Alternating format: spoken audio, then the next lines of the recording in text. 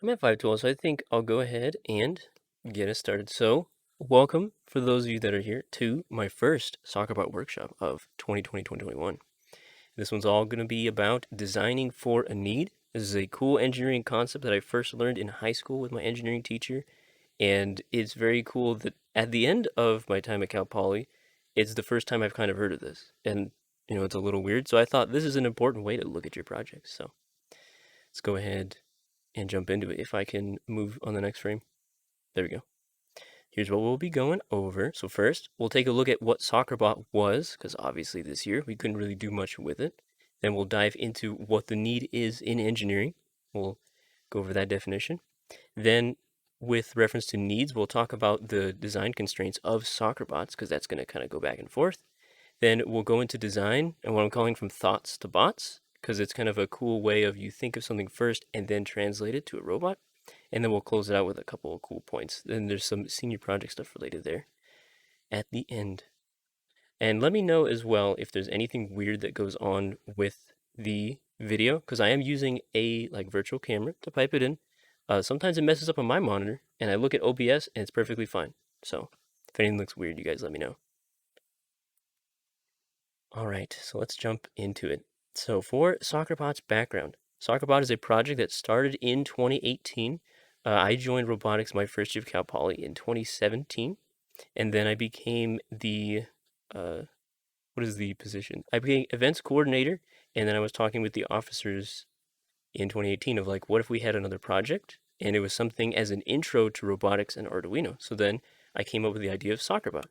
So the idea of Soccer-Bot was let's basically play robot car soccer. You got 3 minutes. You're on a team with another person, and whoever gets the highest score wins. And the whole thing about it is you can design whatever soccer bot you want to try and play the game. And then you can go up against other people in the club. We also reached out to other clubs. So let's see. Here's examples of our yearly competition that we had 2018, 2019. This one we did in conjunction with IEEE, so we can see here IEEE had this little blue robot.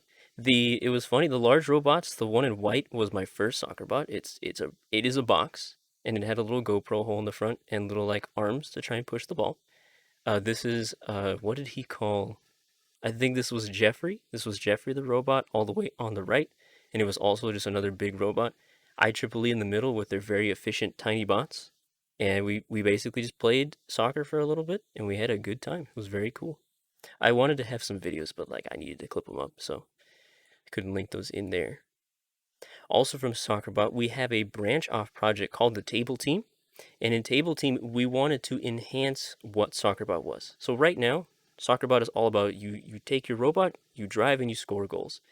Table Team was there to enhance the gameplay for both the players and for the people watching.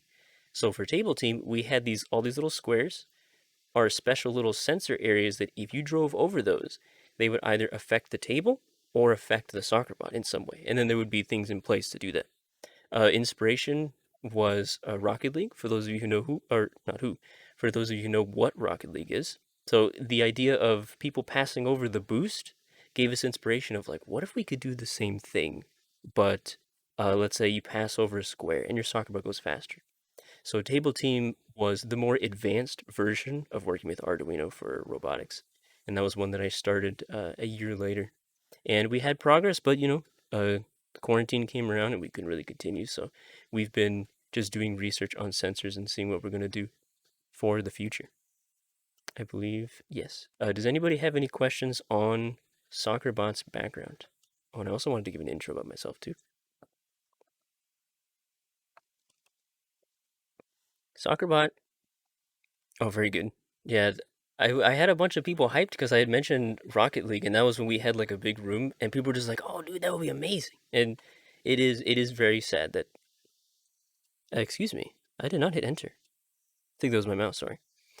Um, it was one of those things of like we had these cool plans, and it was going to be like a big event. So there would be another thing with the table is it'd be very colorful. So for you as a viewer, you could look down and you could see like when somebody scores a goal, it sends the team colors like washing across. So you know that like blue team scored a goal, red team scored a goal.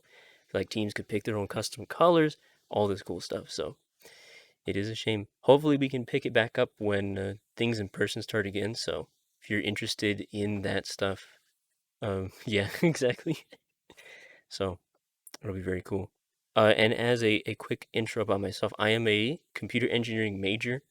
I graduate this year. This is my final semester. And then, as I said before, I've been in the robotics club for 4 years. I was just a member of Cbot initially. Then I went to events coordinator, project lead of Soccer-Bot, to secretary. And then now this year, I'm just doing some stuff for Zoombot and for Soccer-Bot. So, Arduino has been very good to me. I love Arduino as well as like Verilog and things like that. But Verilog uh, is not as fun as this stuff, that's for sure. All right, let's see. Take a drink, then we'll move on to the needs.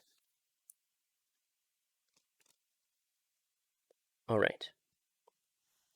So, what is a need in engineering? So, a need is something that is required from you for a project.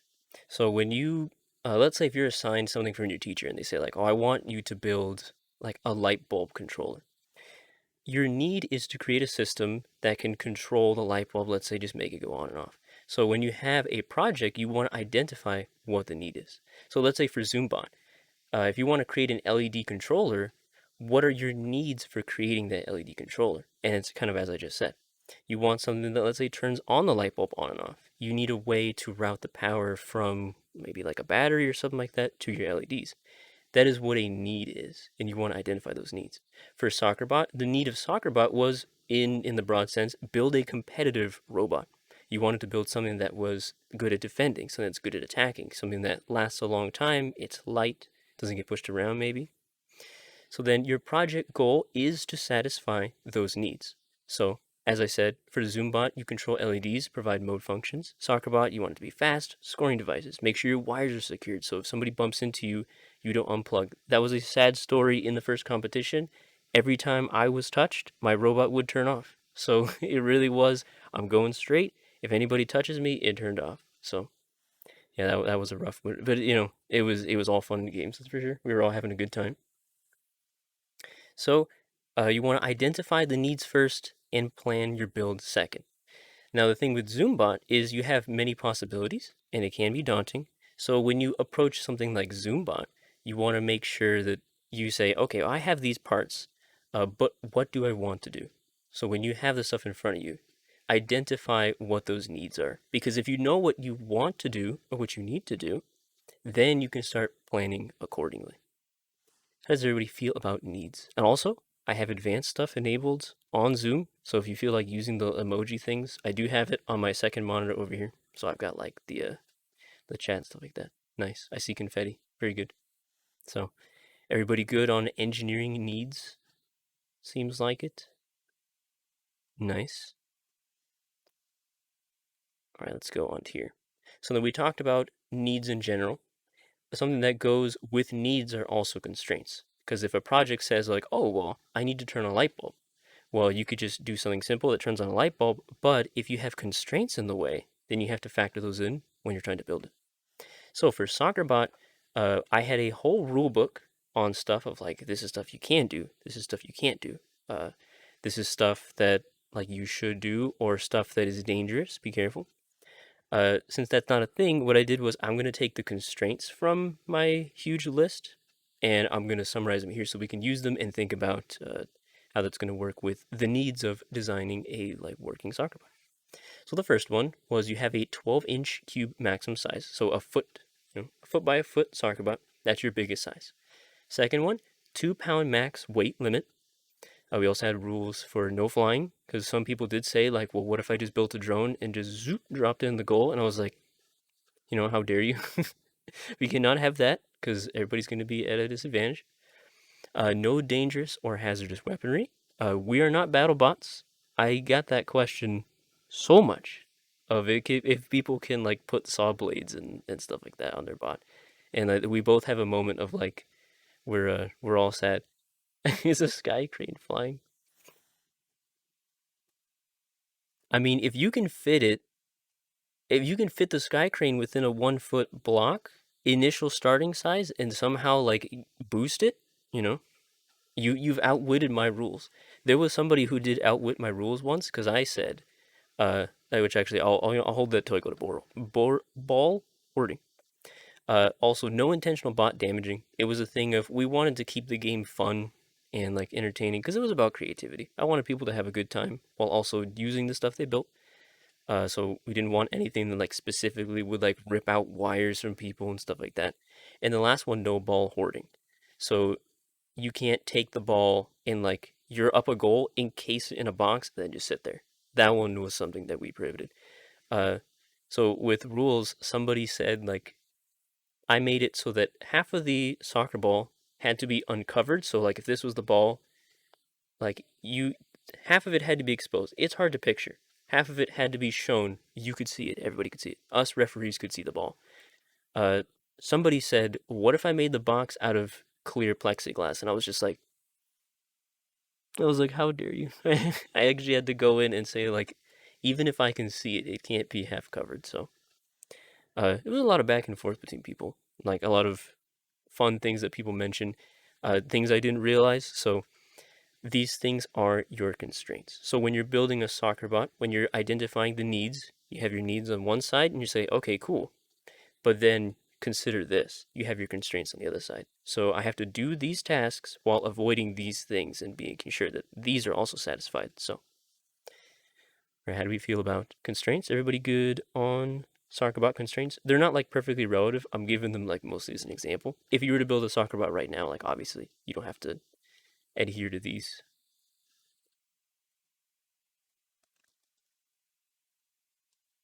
Nice. All right, let's keep going. All right, so now we start design. So from thoughts to bots. So you know the needs and constraints. Now, how will you satisfy both? So that is the true challenge. To where if we could create stuff that we wanted to make, but we had no constraints, then it'd be really easy. And the constraints can be anything from like power issues, which is a thing from your soccer bot.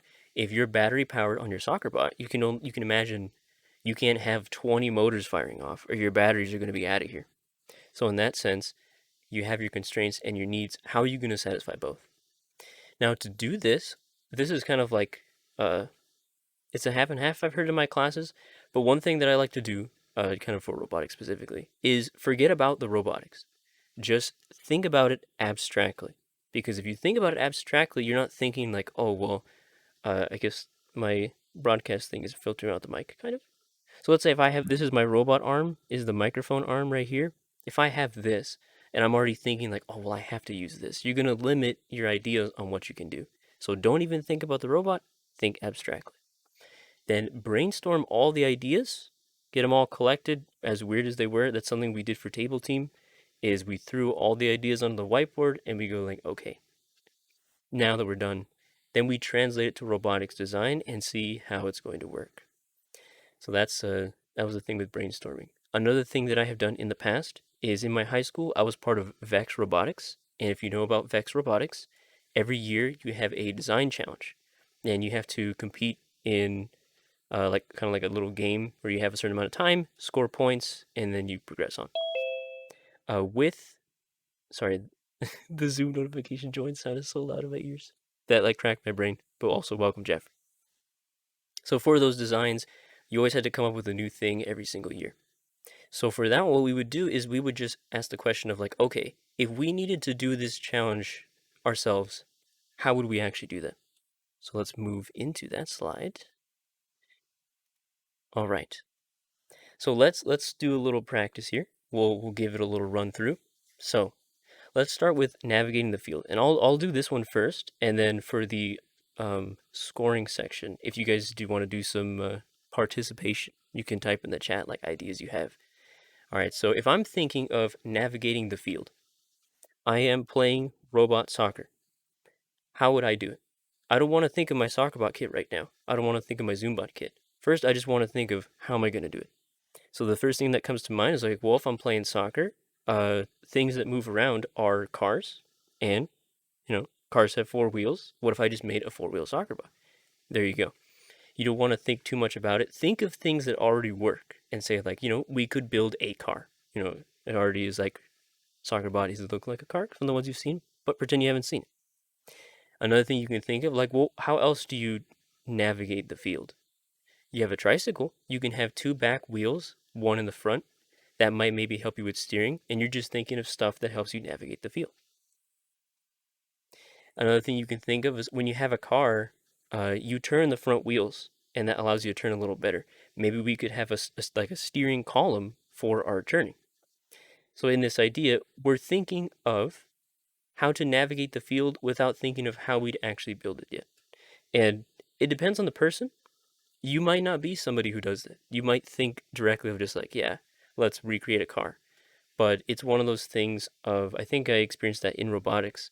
When you have the parts in front of you, you tend to look at it and think too much of like, well, what can these parts do, instead of just thinking, how would I do it first? So, all right.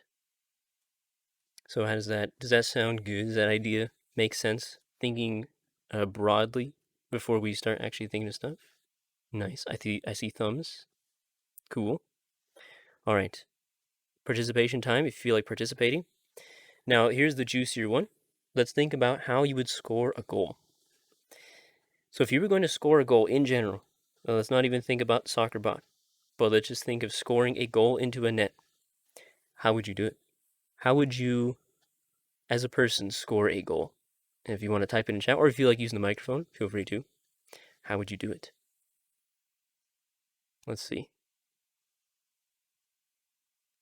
We need something to kick, push. I like that. Some sort of like pushing device, and also a kick, because it is Soccer-Bot. You can think of soccer players doing a kick. That is one. Navigate to find the net. Something to push the ball. There we go. There's full brain right there. Your brain is seeking out the net. I like that. So we got ball pushing. We got kicking. What else? Anybody can think of anything else? How else would you deliver a ball to the goal? We got any extra stuff? Oh, I need yeah, there you go. If it's not real soccer, see, I like that. Tossing, perfect. I think you guys might have covered the bullet points that I had there. Do you have any other brain thoughts on how you would deliver an item to a net? That's another thing too, is the way that you word the question as well helps a lot. So if we're thinking of soccer, you're thinking like kick the ball into the goal. But if you think of it just as like bringing object to place, now your brain can really go like, okay, well you can pick it up with your hands, stuff like that. Navigate when finding another bot. I see. You can navigate around people. I like that. There's your ultrasonic sensor usage, and we'll get into that later. All right, so let's take a look. I think you guys have what I said. So right here, one of the things, kick the ball with your foot. You know, that's how we play soccer, unless you use like your head to hit it. Here's one that's kind of with the, let me see, where did I see it? Yeah, like tossing. You can pitch the ball like a baseball. We are playing soccer, but you know what? That gets a ball to an area. There you go. Another one that I thought of is a pinball machine, because a pinball machine has those flippers, and that launches the pinball. So there's another one. See, I have one more. And then we also have pushing it along, kind of like a snowplow. So, I mean, it would be cool when I do these in person. I have like the whiteboard behind me, and then so I'll go through and I'll like just draw out real quick, like what that means. So you can think of like the ball with a foot is like a foot kicking it like this. You have a baseball is like a grasp and like a throw. Pinball machine is like flippers like this, and then a snowplow just comes in and pushes the ball along. So that's perfect. Very nice. I'll transition into next slide here. All right, so we have those thoughts, and we have kind of like our drawing, our mental image of what those are. So now we translate that into robotics. So we can start with, like, let's say I picked these ones here for navigation. So let's say you want to do it to where your soccer bot turns kind of like a car. If you have turning wheels, you could use a servo to angle those front wheels.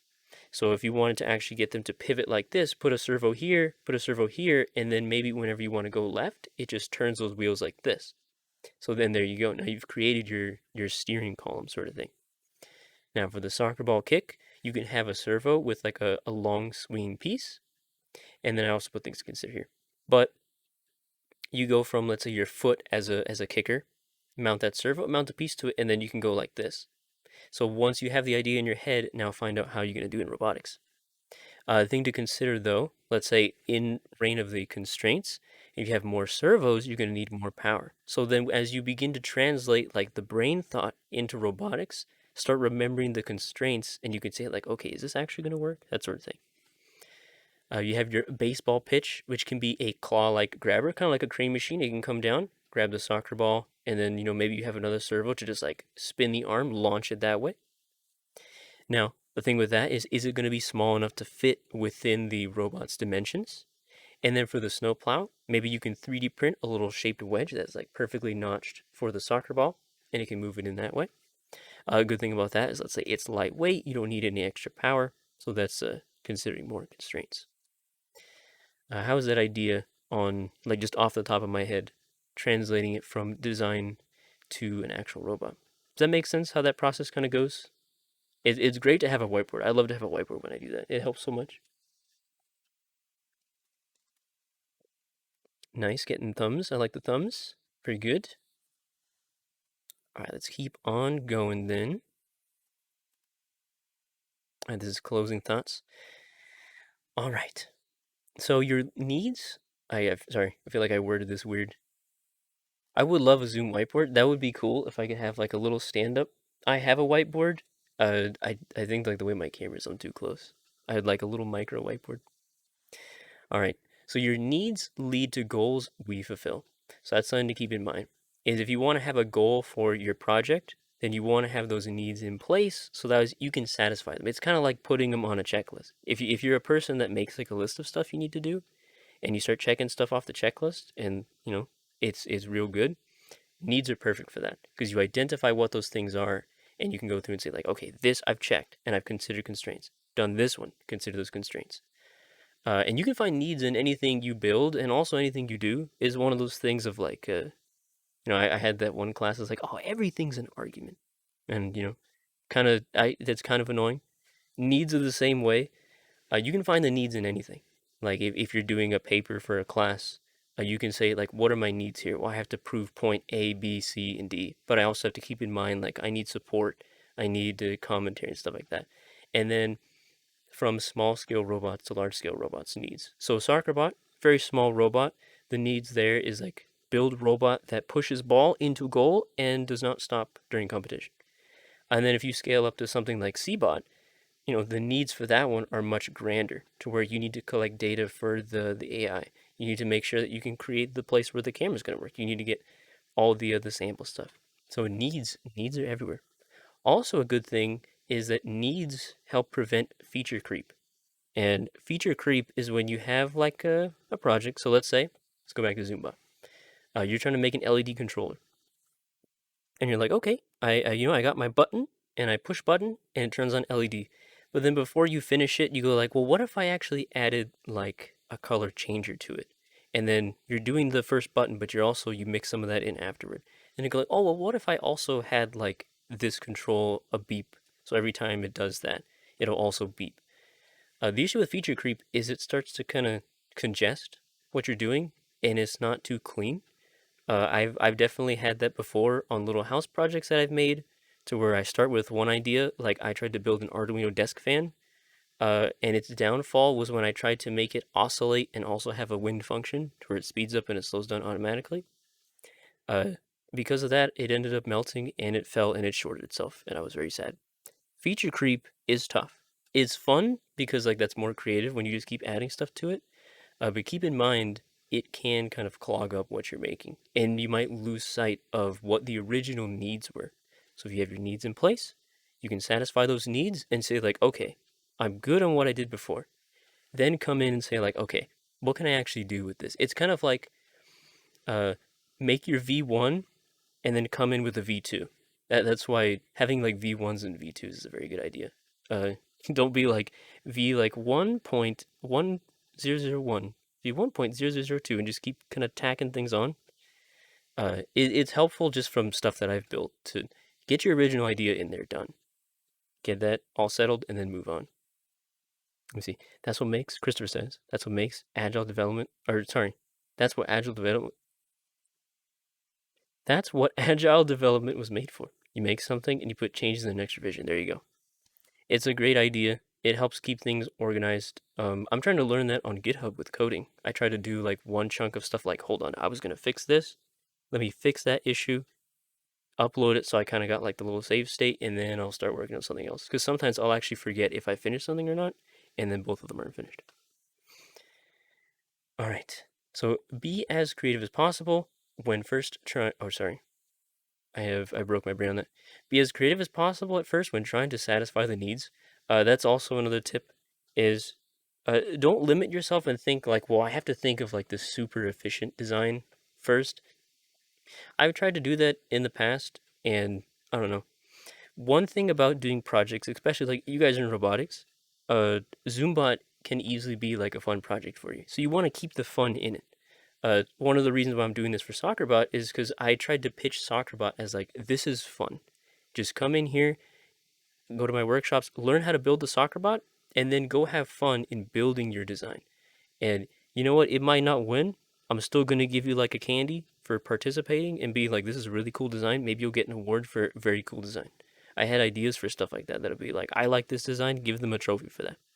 So it's one of those things of be creative when you do these. So that way it's not just like, oh, well, I have to do this one idea because it seems as straightforward as possible and I'm going to do it. Another note with that, find parts to fit your design whenever possible, building your design off limited parts. Oh, I actually forgot to word my PowerPoint. Very sorry. Find your parts to fit your design whenever possible, not building your design off very limited parts. And then I put this as situational. So if you have the ability, kind of like what we did before, go through, create it in your head, and then try and translate it to robotics instead of looking at parts that you have in front of you and saying like, okay, well, I have to make it with the parts in front of me. If those are the only parts in front of you, then there's your constraint, there's your limitation. But keep in mind that maybe you can order something else that'll work way better. That was the thing with Soccer-Bot as well. We provided the base kit of like you got two motors, you got a little battery pack. I think we did give out like a servo, and there you go, make your Soccer-Bot. But if you had a design that was like very grand, like I wanted to have a like two joint arm to grab the soccer ball and move it around, like you didn't have those parts in your kit, but try designing for that.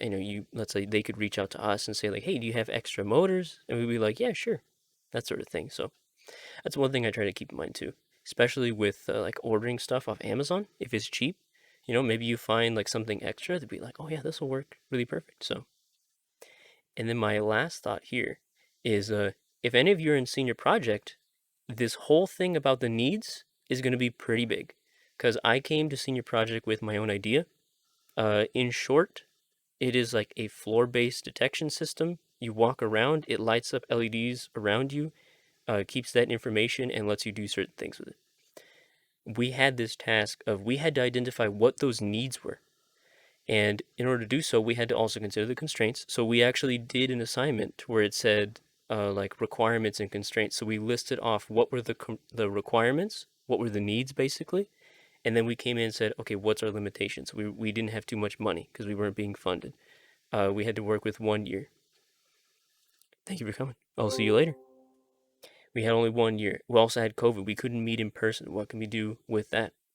So if you're in senior project, this is a cool topic to kind of get used to, is thinking about the needs. It's also very impressive when you go to your teachers, because we created the requirements and specifications based off of my like my engineering class in high school, and like it was for those of you in ECE, it was Dr. Yin, and she was shocked. Like she said, like she hadn't really seen like such like a well put together requirement stuff like that. And I was like, she's like, do you do an internship? And I was like, I just my high school. We just thought about what we needed to do. We stayed like general. We put it on paper, and there we go. So it's a good way if you have a custom senior project. If you want to pitch it well, come into them with saying like, I've identified these needs for my project, and we'd like to satisfy them over the year. Because if you're interested in doing your own senior project instead of a teacher's project, it was a lot of fun. It's difficult because you have to do everything yourself, but we learned a lot. It was a lot of fun. Do we have anybody in senior project in here? Do we have thumbs? Anybody got thumbs up for senior project? Oh, I do. Very nice. Oh, you got it next semester? Yeah, senior project, it's very much what you make of it, whether you want to get involved in a teacher project or you have your own project. So, keep what I said in mind about needs. And even like your teacher might come to you with an assignment asking you to like identify the requirements and things like that. So, how does everyone feel about the stuff on the closing thoughts? That was a little long for my closing thoughts. I rambled a little bit, but how do we feel?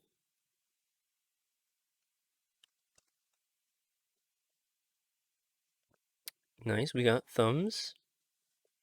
I think I think that is pretty solid on my first workshop. Trying to think if there's any other extra content that I might want to cover, but I believe I'm good. Does anybody have any general questions about engineering needs in general? Anybody want to see any slides again? Let's see. Is there anything I could mention additionally?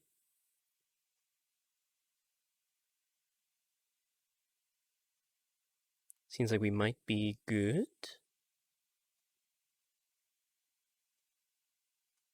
Yeah, I think that pretty much covers the needs. It's one thing. Oh my gosh, that's glitching out my screen.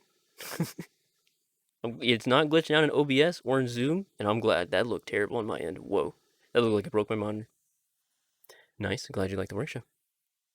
Yeah, needs are pretty cool. It's one of those things of like I don't know if certain teachers just kind of breeze past it. When I took the senior project initial class, we didn't really like learn too much about it. Um, it is a little disappointing. So it's one of those things of it helps you do your own projects and it kind of keeps you on your own task. Let's see, Andy asking, which Soccer-Bot team's process did you see that best followed these principles you're outlining? Let's see. If I think back to the first year, let's see. The first year we had it, I would say, oh, this is funny because Jeffrey's here. But the Jeffrey bot that was not based off of Jeffrey here. But when they had the Jeffrey bot, they were talking about making two and they were designing for that, but then they felt that their robot would be better if they took two individual robots and combined all the parts together to make one powerful robot. So if I go to the picture, let's see here, this black robot with duct tape here. So this was actually two of the, they're supposed to be individual robots. Two of the individual Soccer-Bot robots combined into one powerhouse. And the thing with them was they drove forward and they would push through the opponents, and they could even push the opponent into the goal. So you could say they knew that they had to score goals. The constraint, which is like a self constraint, is they couldn't turn too much because of the size that they made the robot. They went for almost the max size. Because of this, they said, let's tailor our robot to just be a powerhouse and push through. So you could say another part about needs is sorry, I choked. When you encounter an obstacle, how are you going to deal with it? You could say you can add that into a new need of, hold on, I ran into this issue. Now we have to make sure we solve this to actually get through and satisfy the bigger picture. So yeah, I was pretty proud of Jeffrey, but it was one of those things of I was sad because my robot, as you can see, it's a very minimal. There is a wire spaghetti mess down here, and one of them was loose. It was really just if you touched it, it would always reset. And I tried to fix it, and I couldn't fix it. Um, so their strategy of,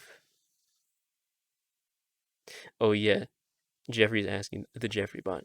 So it was called Jeffrey bot. I don't know why this was called Jeffrey bot, but it was the team of, what was his name? I remember all who they are, but I don't remember their names. They named it Jeffrey, so it's in honor of you, Jeffrey. Yeah, they called theirs was Jeffrey bot. Jeffrey bot. Mine was example bot. IEEE had I believe the small one was the Bailey bot for the person who manages Building 9, and then I think the other one was just called like IEEE bot. So yeah, it was a lot of fun. That was the thing too in Soccer-Bot, in the new season, that would have been, when everyone went home. Um, you could have a team name and you could also have a team color. So I tried to get more people inspired that way. Is like, let's say, if you had an idea to do like, I'm just gonna think of like off the top of my head, like a snake robot. It looked kind of like a snake, and that was your team name. that kind of gives you like some extra creative aspects of like, oh, I'm going to design a robot that looks like a snake. Now, how am I going to do that? Like, how is it going to move around? And that could be cool because it's like you could maybe slap a soccer ball like with your tail and hit it into the goal. So yeah, it was a lot of fun. I tried to keep it free like that too, so people could be creative.